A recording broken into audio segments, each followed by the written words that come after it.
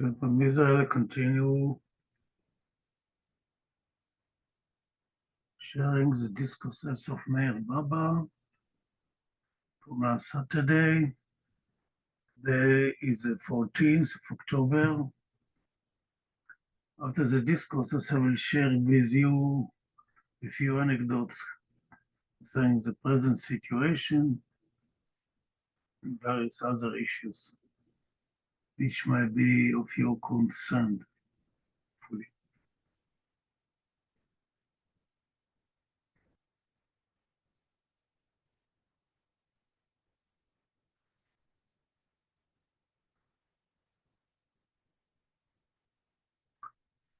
Well, this is merely an analogy. It would be a mistake to imagine that some real change takes place in the absolute when the law of the latent will to be conscious makes itself effective by bringing into existence the world of manifestation. There can be no act of involution or evolution within the being of the absolute, and nothing real can be born from the absolute, as any real change is necessarily a negation of the absolute. The change implied in the creation of the manifested world is not an ontological change, that is not a change in the being of the absolute reality, it is only an apparent change. In one sense, the act of manifestation must be regarded as a sort of expansion of the illimitable being of the absolute, and through that act, the infinite, which is without consciousness, seeks to attain its own consciousness. This expansion of reality is effected through its self-limitation in various forms of life. The act of manifestation might, with equal aptness, be called the process of timeless contraction. But the act of manifestation is looked upon as a sort of expansion of reality, or as its timeless contraction, it is perceived by an initial urge or movement, which might, in terms of thought, be regarded as an inherent and latent desire to be conscious. The manifoldness of creation and the separateness of the individual souls exist only in imagination.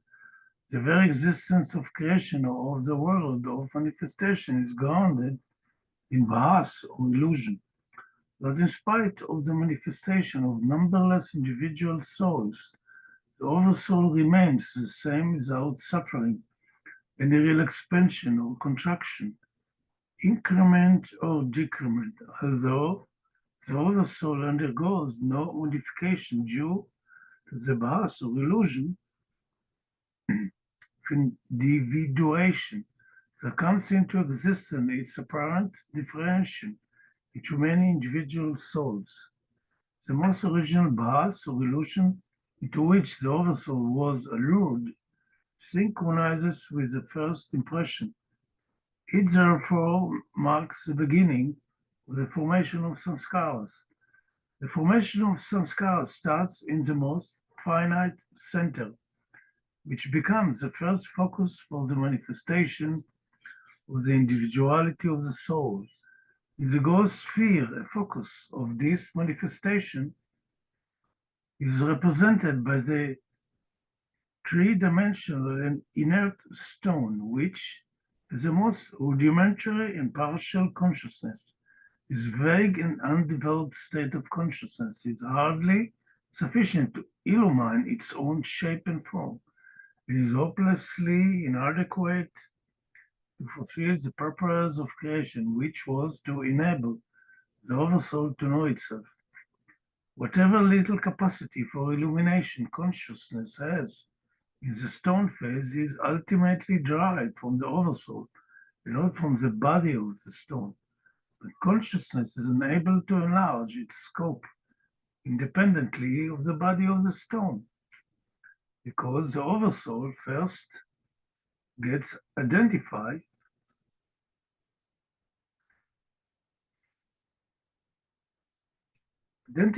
with consciousness, and then through it with the stone form. since all further development of consciousness is arrested by the body of the stone and its langur, evolution of the higher forms or vehicles of manifestation becomes indispensable.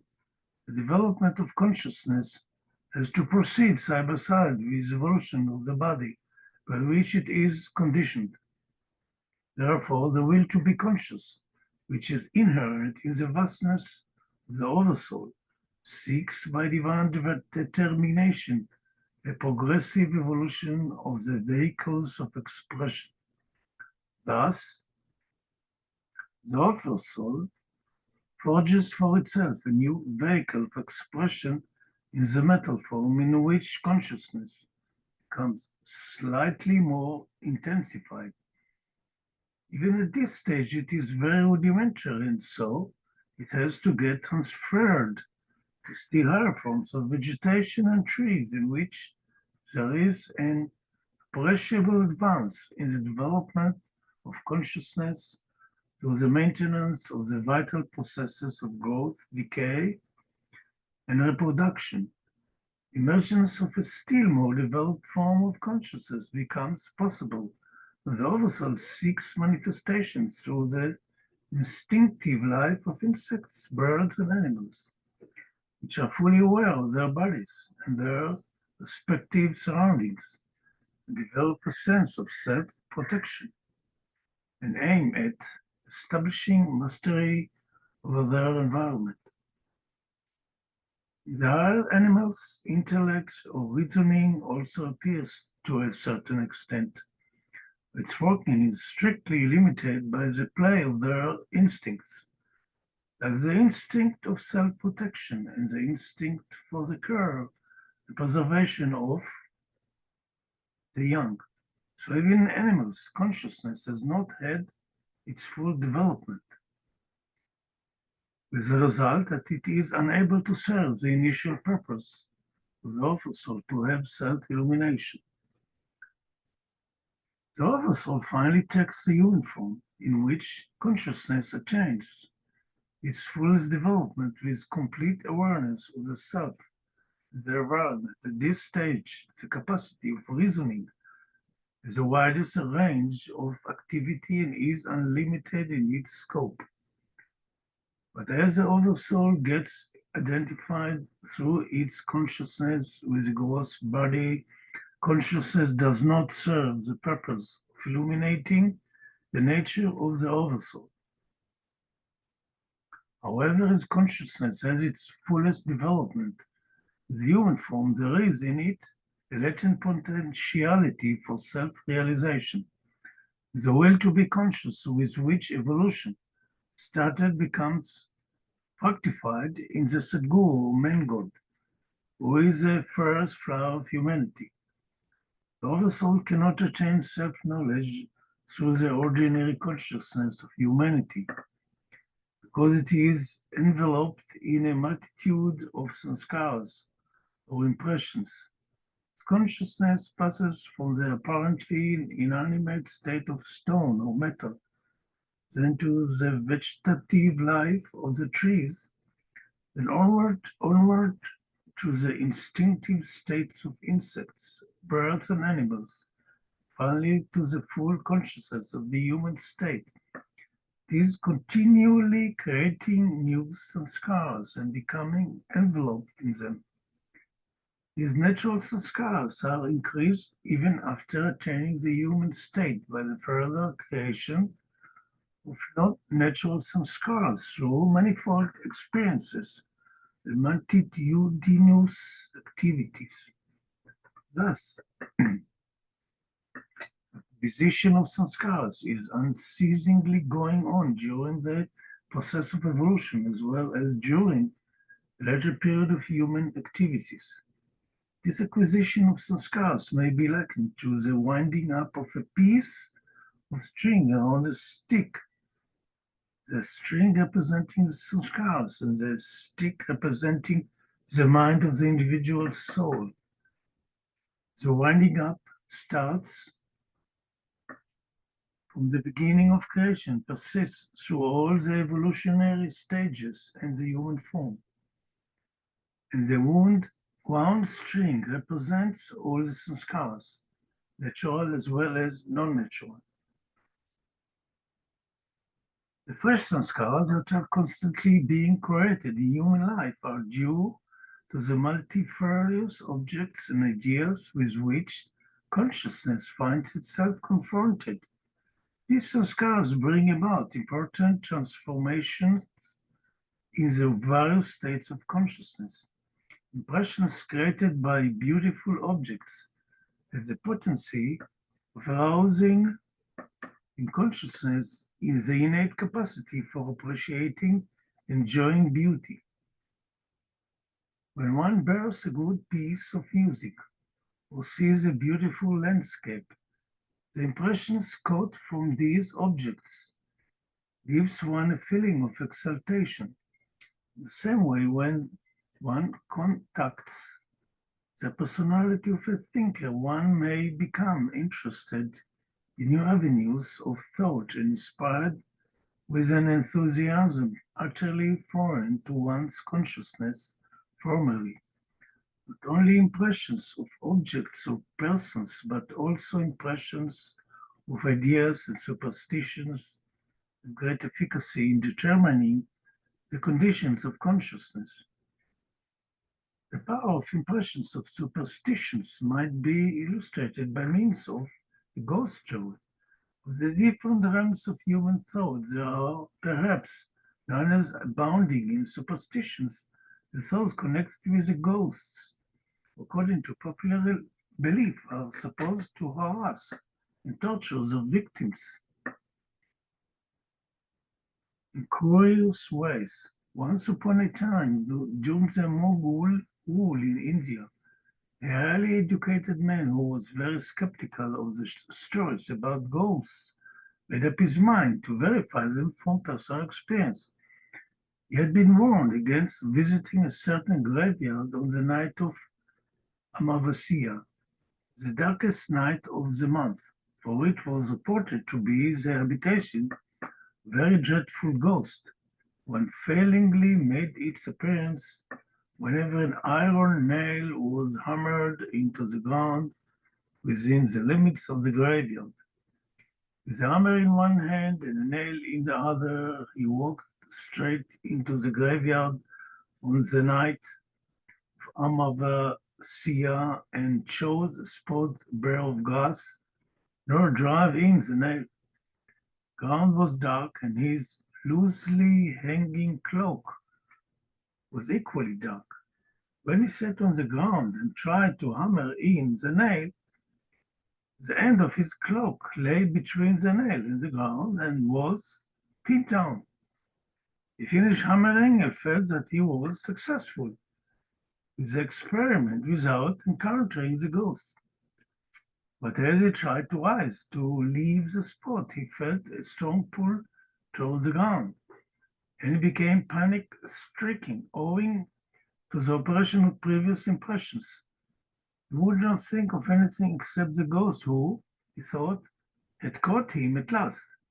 The shock of the thought was so great that the poor man died of heart failure. The story illustrates the tremendous power that sometimes resides in the impressions carried by superstition. Power and effect of impressions can hardly be overestimated. An impression is solidified might, and its inertness makes it immobile and durable. It can become so engraved upon the mind of a person that despite his sincere desire and effort to eradicate it, it takes its own time and has a way of working itself into action. Directly or indirectly, the mind contains many heterogeneous sanskaras, and while seeking expression in consciousness, they often clash with each other. The clash of sanskaras is experienced in consciousness as a mental conflict. Experience is bound to be chaotic and enigmatic, full of oscillations, confusion, and complex tangles until consciousness is freed from all sanskaras, good and bad. Experience can become truly harmonious and integral only when consciousness is emancipated from the impressions. Sanskaras can be classified according to essential differences in the nature of the spheres to which they refer. Referring to those different spheres of existence, they are found to be of three kinds. Ghost sanskaras, which enable the soul to experience the ghost world through the ghost medium and compel it to identify itself as a ghost body. Second, subtle sanskaras, which enable the soul to experience the subtle world through the subtle medium and compel the soul to identify itself as a subtle body. Third, mental sanskaras, which enable the soul to experience the mental world through the mental medium and compel it to identify itself as a mental body. The differences between the states of the individual souls are entirely due to differences existing in the kinds of sanskaras with which their consciousness is loaded. Thus, ghost conscious souls experience only the ghost world. Subtle conscious souls experience only the subtle world, and mental conscious souls experience only the mental world. The qualitative diversity in the experience of these three types of souls is due to the difference in the nature of their sanskaras. The self-conscious souls are radically different from all other souls because they experience the oversouls through the medium of the self, whereas the other souls experience only their bodies and the corresponding worlds. This radical difference between the consciousness of self-conscious souls and other souls is due to the fact that whereas the consciousness of most souls is conditioned by some kinds of sanskaras, the consciousness of self-conscious souls is completely free from all sanskaras. It is only when consciousness is obscured and unconditioned by any sanskara that the initial will to be conscious arrives at its final and real fruition. In the infinity and the indivisible unity of the Absolute is consciously realized. The problem of deconditioning the mind through the removal of sanskaras is therefore extremely important. Next session will continue with the removal of sanskara. Abba give us, to my understanding, the greatest discourses ever given this issue of sanskaras. Even Upasni Maharaj, Baba's master, was dealing with sanskaras. As you can see, his talks on my Baba website, meirbabaisrael.com. If you search there, you will find all the talks of Upasni Maharaj. If the time patience, you can discover it there. Now we'll talk a little bit on some of our current situation. Many of us are very impressed with this peace process in the Middle East. Supposedly, at least we succeed to establish a ceasefire. At least the people are not killing the bodies of each other. But the hatreds remain, the separation remains, all the agendas remain of all of humanity. I'm not going to change it. All of us, all of humanity lost our way. I'm going to share with you a small email Eric Solibaki shared on peace.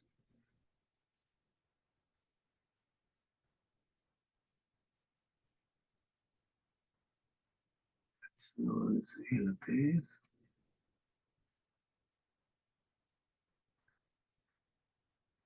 This one, Life at its Best, pages 44, 45.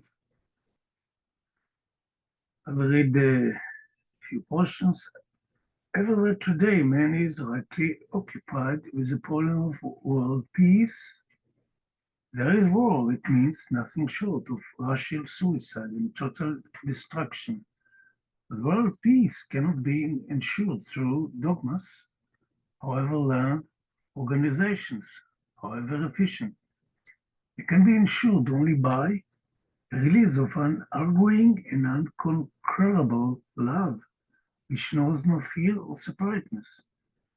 Humanity is not going to be saved by any material power, nuclear or otherwise, can be saved only through divine intervention. What has never failed humanity in its dark and critical periods, the greatest danger to man today, not from any natural catastrophe, but from himself.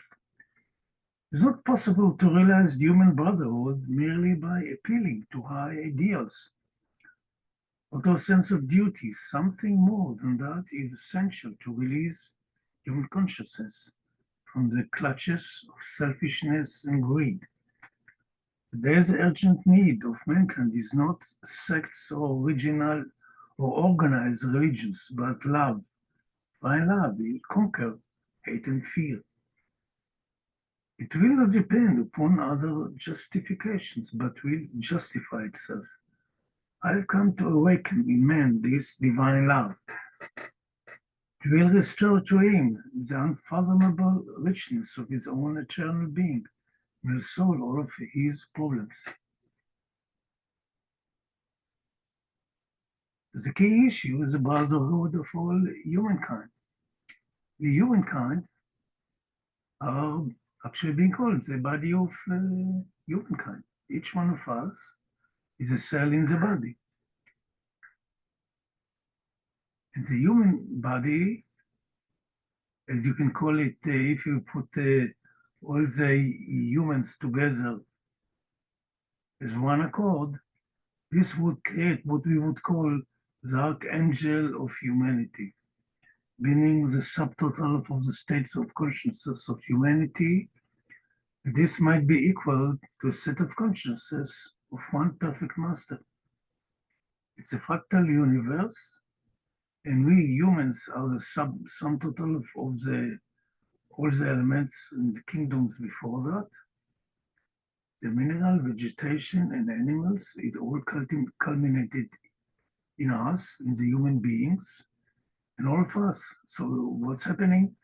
When all these endless individuals work together, it creates a body of one human being. And in order to create the body of a perfect master, all of humanity must work together with perfect accord. And this we refuse to do already for a very long time. And all this story has been explained in the book of Genesis, which I have translated into English. And I would like to share portions from this.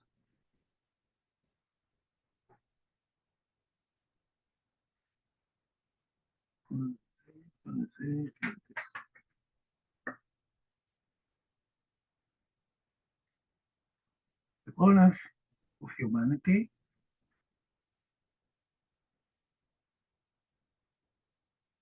that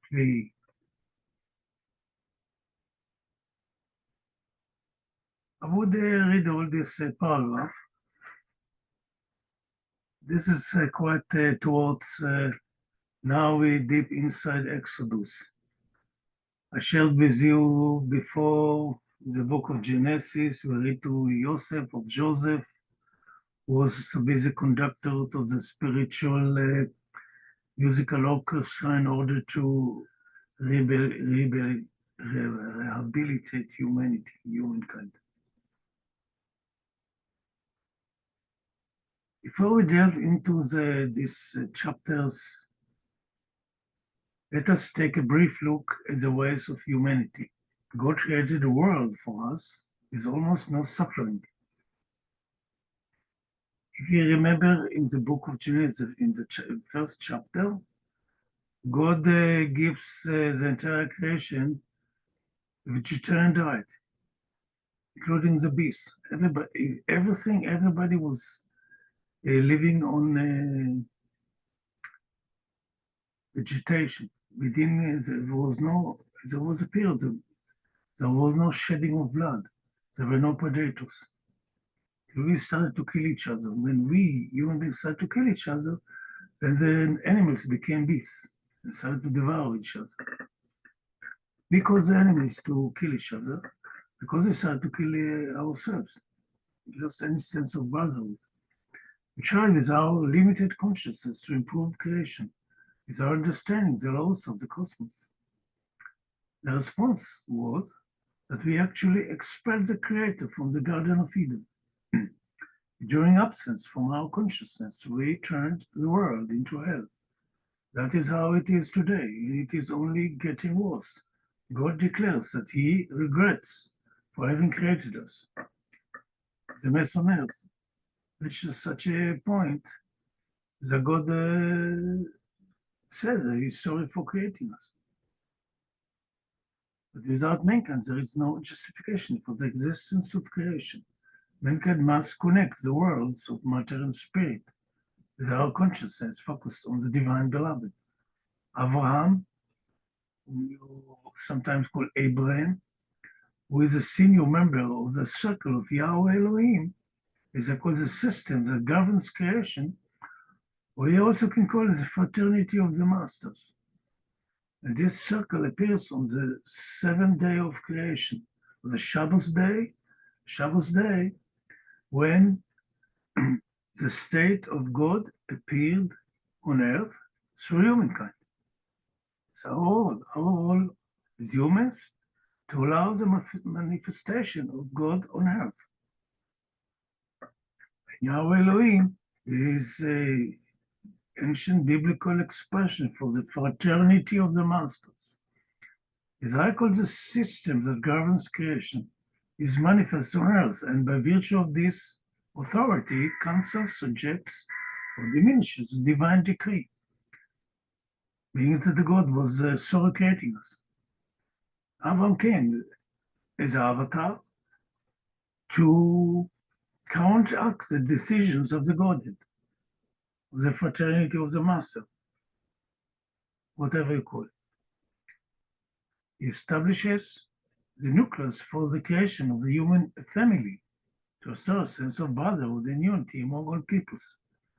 The whole idea of creating a family of spiritual people working together with accord, and thus to start to create spiritual circles.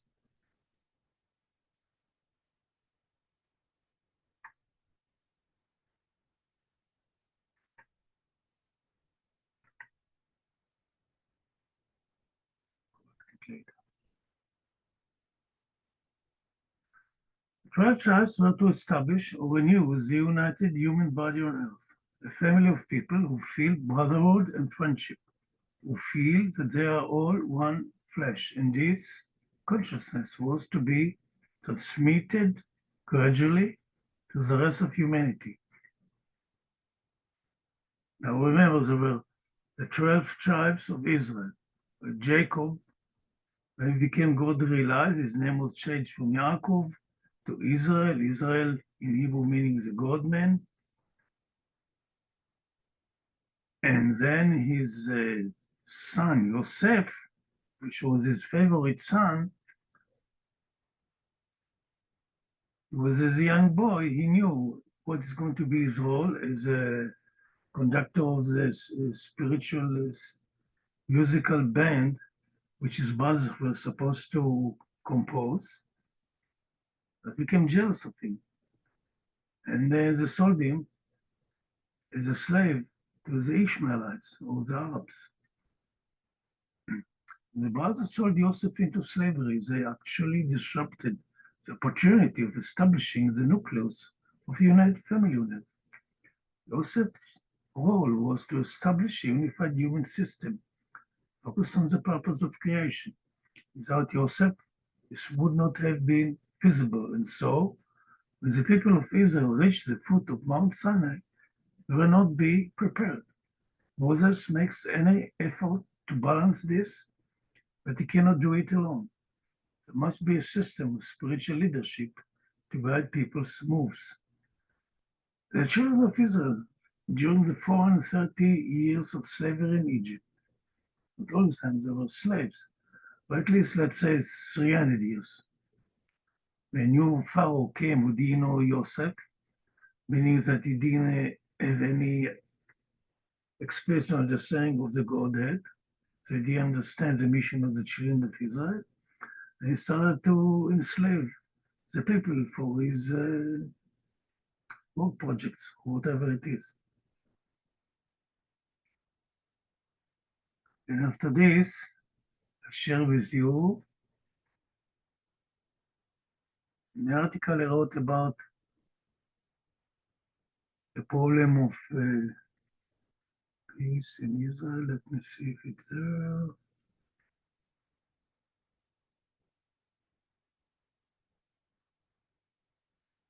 Discipline. Never mind.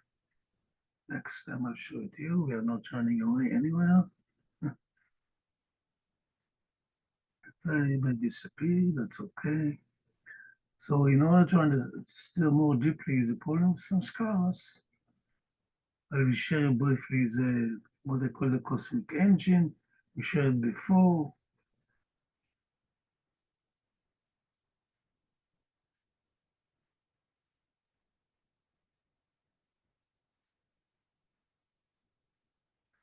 I made this drawing for a little booklet, which I called it The Story of Mankind. I wrote it in the Baba Samadhi in Mehrabad by the end of 82, or visiting there, or beginning of 83.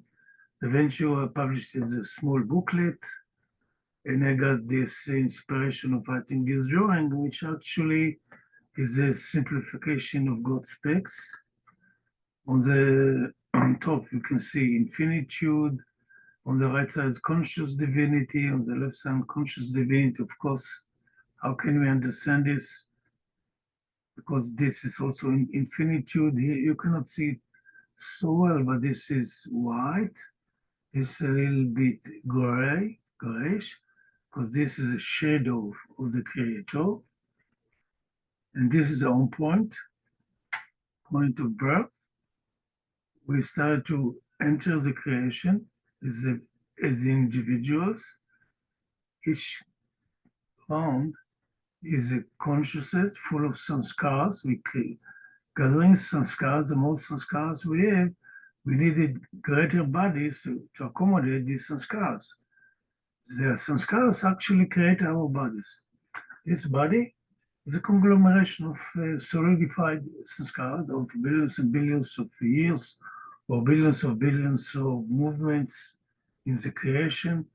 And then if you continue to work properly and naturally, we enter in evolution, we continue to reach here, and then this is the point of birth, is the point of death, supposedly meaning that there's individual, and then we can see the last circle is open to conscious divinity, but it's still on earth in the physical realm, and this is the state of the perfect master.